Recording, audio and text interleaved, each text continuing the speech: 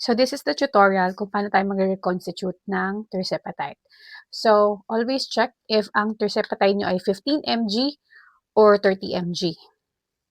Kasi magkaiba yan ng bacteriostatic water na gagamitin. So, dalawang 3 cc, isa para sa pagre-reconstitute, isa sa pagta-transfer sa cartridge ng pen. So, ito yung cartridge na para sa pen. Kapag na-receive nyo to, make sure na magkahiwalay siya. So, let's open.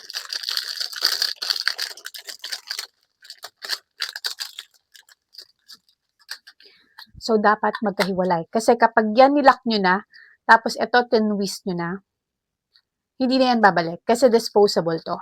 So, nilagyan ko dun siya ng sticker para to prevent na matwist siya. Okay?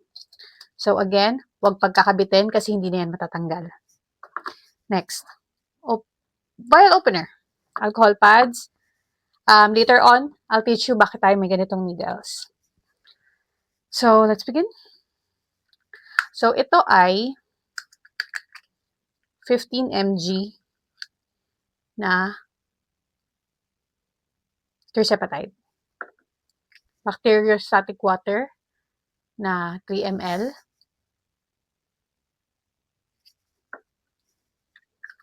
Ito, pwede nyo gamitin to kahit saan. So, open lang natin.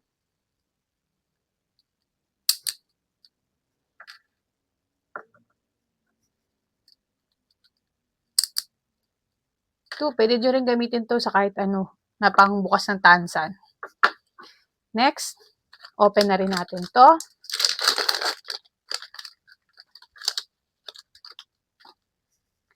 Yan. So, next natin is isa-sanitize natin yung rubber topper ng tirzepatide at ng bacteriostatic water. Ayan. Pati itong vial. Next. Kunin ng isang 3 cc kasi magre-reconstitute na tayo. So, reconstitute is mixing bacteriostatic water sa tirzepatide. Ito ang huwag kakalimutan. I-tighten nyo to. Kasi hindi magba-backflow kapag hindi ito naka-tight. Now, kuha tayo ng 1.5. 1.5 na air. So, 1.5 kapag 15 mg. 3 ml kapag 30 mg. Since 15 mg lang tayo, 1.5 lang ang gagamitin. So, push. Push. Ayan. And then, let go. Magba-backflow na yung water. Example, hindi siya umabot ng 1.5. Okay lang yan. Kuha ka lang. Kahit gawin mong 2. Kasi, sobra naman yung bacteriostatic water mo. Okay. Now, may makikita kang bubbles. Push mo lang. Hanggang 1.5 lang tayo talaga. Okay lang yan na tumapon. Okay. 1.5. Next, kukunin natin ang tirzepatide. So, this is the position. Kailangan naka-diagonal. Ang hold ng syringe, ganito. Kailangan mo siyang pigilan. Dahil kapag hindi mo to pinigilan, mava-vacuum yung tubig dito sa loob. Bigla yan papasok. So, kailangan mo siyang pigilan. So, ganyan ang technique ko. And then, yung tip ng needle, ayan yung tip ng needle, Yun lang ang ipasok mo.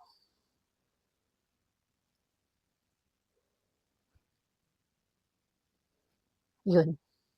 Ayun. Tapos, dahan-dahan lang. Dahan-dahan mo lang siya papapasukin. Dahan-dahan. Tapos patamain nyo siya sa wall.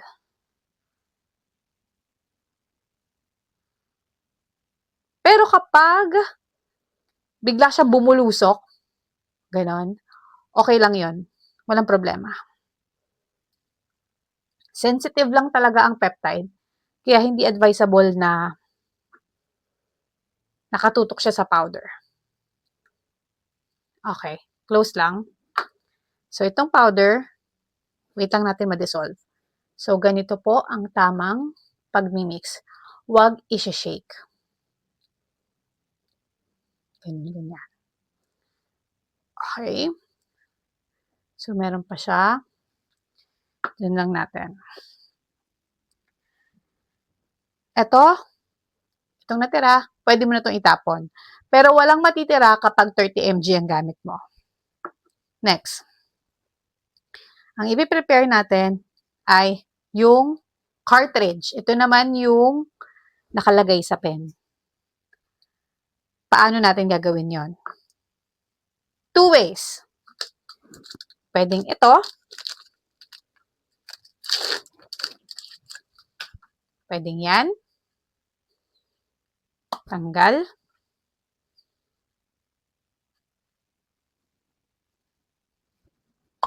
Tanggal. Kasi ang kailangan lang natin ito.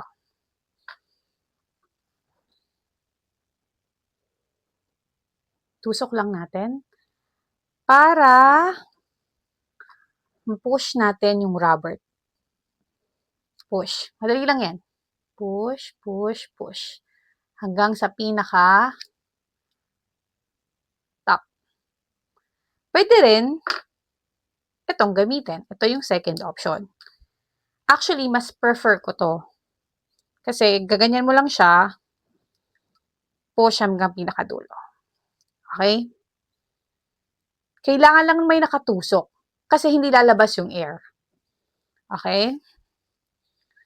So, ito, pwede pa natin gamitin isang beses. Yan. Now, balik lang natin.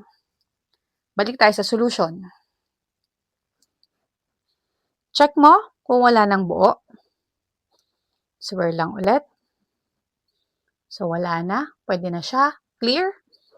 Now, kunin natin yung isang 3cc. Again, tight. So, ngayon magta-transfer na tayo. Kumuha ka ulit ng air na 1.5. O kahit sobra, okay lang yan. And then, kunin mo na yung reconstituted. Yan. Kunin lang natin. Ubusin ha. Lagay nyo lang siya sa middle.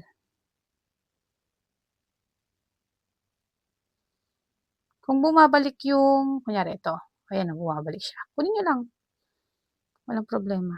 Tapos, yung tip lang ng needle yung ipasok nyo para maubos nyo yung laman.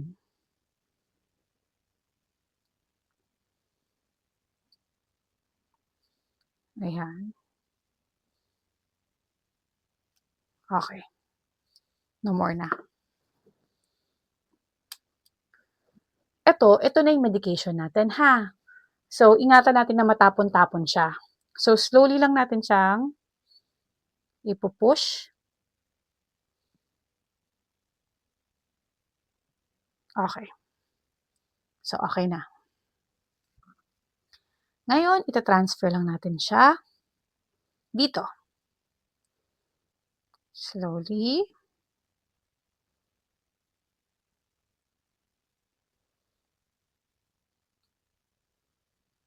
Okay. Done. Lagi nyo iingatan yung sarili nyo kasi baka matusok kayo. Now, may bubbles pang konti, di ba?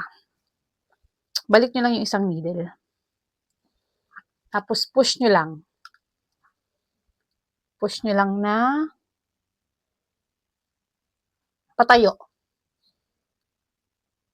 Eye level nyo. Okay. So, now, less bubbles. Okay na yan.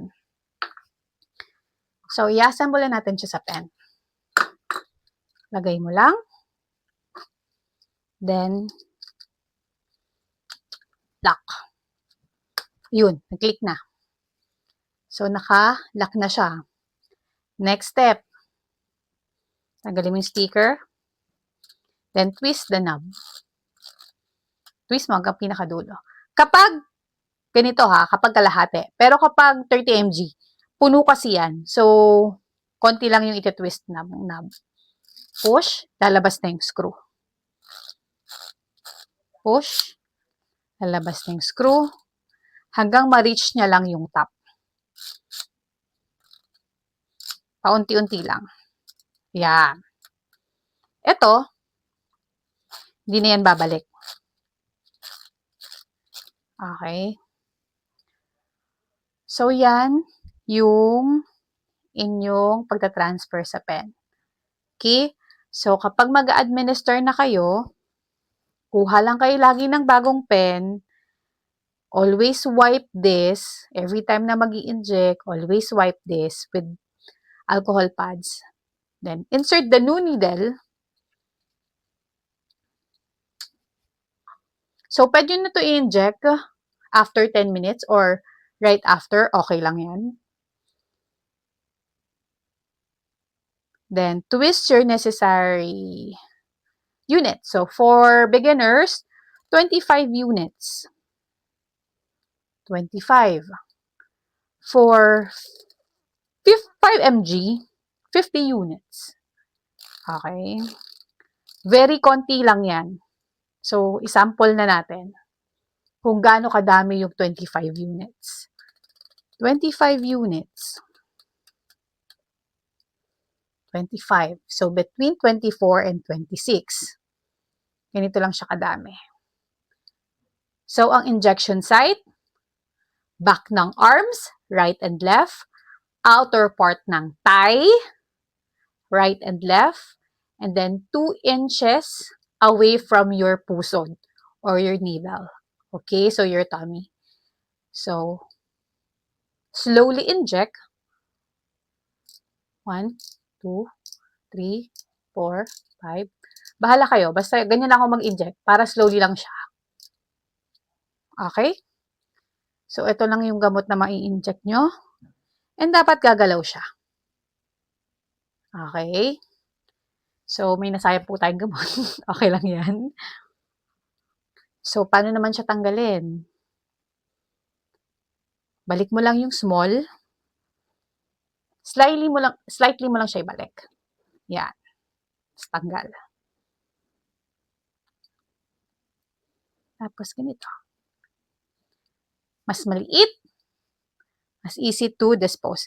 Please make sure to use hard containers para maipon nyo lahat ng injections. Okay? And then, after your injection, always make sure to put this in the fridge. Hindi sa pintuan ng fridge or ng ref. Mas maganda dun sa stable. Also, you will receive this.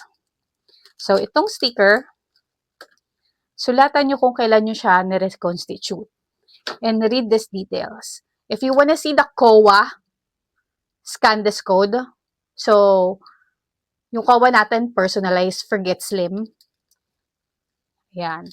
So, nandyan yung rules. Okay. And then, for this sticker, yan, bahala kayo kung saan nyo siya ilalagay. So, pwedeng dito. Pwedeng dito. Lagay natin dito. Para alam nyo kung kailan kayo nag-reconstitute. Kasi 28 days to 30 days is yung best potency ng gamot. Okay, you can use more than that. Pero, of course, mas maganda if makonsumo siya during the best potency time period. So, lagay lang sa ref. And then, every time na mag-i-inject, always remember to cool down. So, i-cool down mo siya, labas mo siya sa ref, lagay mo siya sa room temp, tapos wait ka ng 15 to 20 minutes bago mo siya i-inject para medyo lasting. Okay? So, always make sure to read the guidelines para iwas side effects. And better food, good food, and body preparation is your best friend. Okay? Message me if you have questions. Thank you.